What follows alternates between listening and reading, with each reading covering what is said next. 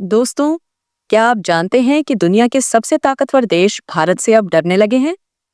जी हाँ, इटली और यूके ने भारत को अपने छठे जनरेशन फाइटर जेट प्रोग्राम में शामिल होने का न्योता दिया है।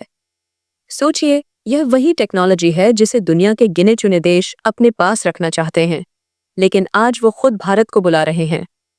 भारत को सिर्फ बुलाया नहीं जा रहा, बल्कि पूरी टेक्नोलॉजी ट्रांसफर का वादा भी किया गया है। यह खबर आपके रोंगटे खड़े कर देगी और गर्व से आपका सीना चौड़ा कर देगी। इस ऐतिहासिक खबर को जानने के लिए वीडियो को अभी लाइक करें और चैनल को सब्सक्राइब करना न भूलें, क्योंकि ऐसा मौका बार बार नहीं आता। अब सुनिए ध्यान से। इटली, यूके और जापान ने मिलकर global combat aircraft programme (GCAP) शुरू किया है। यह प्रोग्राम छठी पीढ़ी के फाइटर जेट बनाने के लिए है। ऐसा फाइटर जेट जो दुश्मन के रडार पर भी न आए और इतनी तेज गति से उड़ सके कि दुश्मन सोच भी न पाए। और इसमें भारत को शामिल करने का ऑफर दिया गया है। ऑफर केवल एक औपचारिकता नहीं है, इसमें भारत को फुल टेक्नोलॉजी ट्रांसफर और एक्सपोर्ट लाइसेंस देने का वादा भी है। यानी भारत इस फाइटर जेट को बना भी सकता है और किसी को बेच भी सकता है। अब आपको एक सच्चाई बताते हैं। चीन ने हाल ही में अपने छठे जनरेशन फाइटर जेट का प्रदर्शन किया है।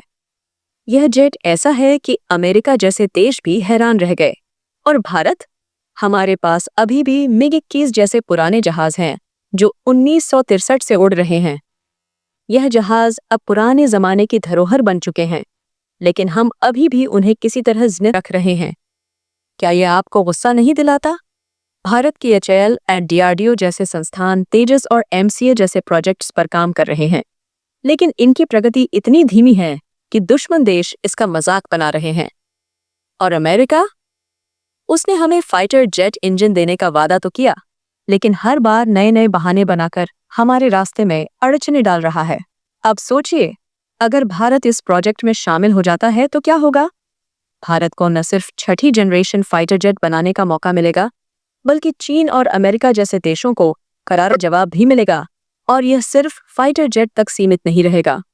इस प्रोजेक्ट में शामिल होने से भारत को ऐसी एडवांस टेक्नोलॉजी मिलेगी जो अगले 50 साल तक हमारी हवाई ताकत को अजेय बना देगी। इस प्रोजेक्ट की शुरुआत 2022 में यूके की BAE सिस्टम्स और इटली की लियोनार्डो कंपनी ने की थी। बाद में जापान की मित्सुबिशी भी इसमें शामिल हो गई।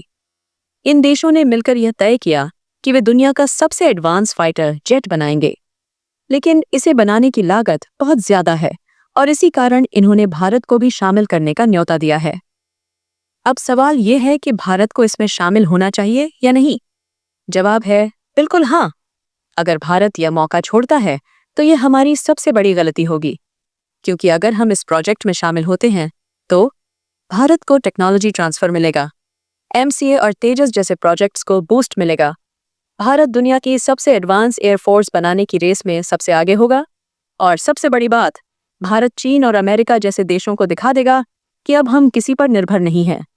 यहाँ तक कि यूके और इटली ने साफ कर दिया है कि भारत को इस प्रोजेक्ट में सभी अधिकार दिए जाएंगे और भारत को यह फाइटर जेट किसी भी देश को बेचने का भी पूरा अधिकार मिलेगा। दोस्तों, ये एक ऐसा मौका है जो किसी भी देश को आसानी से नहीं मिलता। तो अब आप सोचिए, क्या हमें इस ऑफर को ठुकरा देना चाहिए? क्या हमें अभी भी पुराने MiG-21 उड़ाने चाहिए?